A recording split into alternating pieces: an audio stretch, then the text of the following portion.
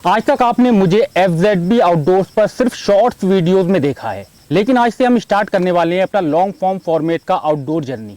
कोई भी बड़ी जर्नी हमेशा पहले स्टेप से शुरू होती है, इसीलिए हमने चूज किया है अपने गांव और अपने खेत को हमारा पहला बेस कैंप बनाने के लिए। आज से हमारा फुल स्केल कैंपिंग सीरीज शुरू हो रहा है, जिसका स्टेप है ये मेरा पहला कैंपिंग टेंट।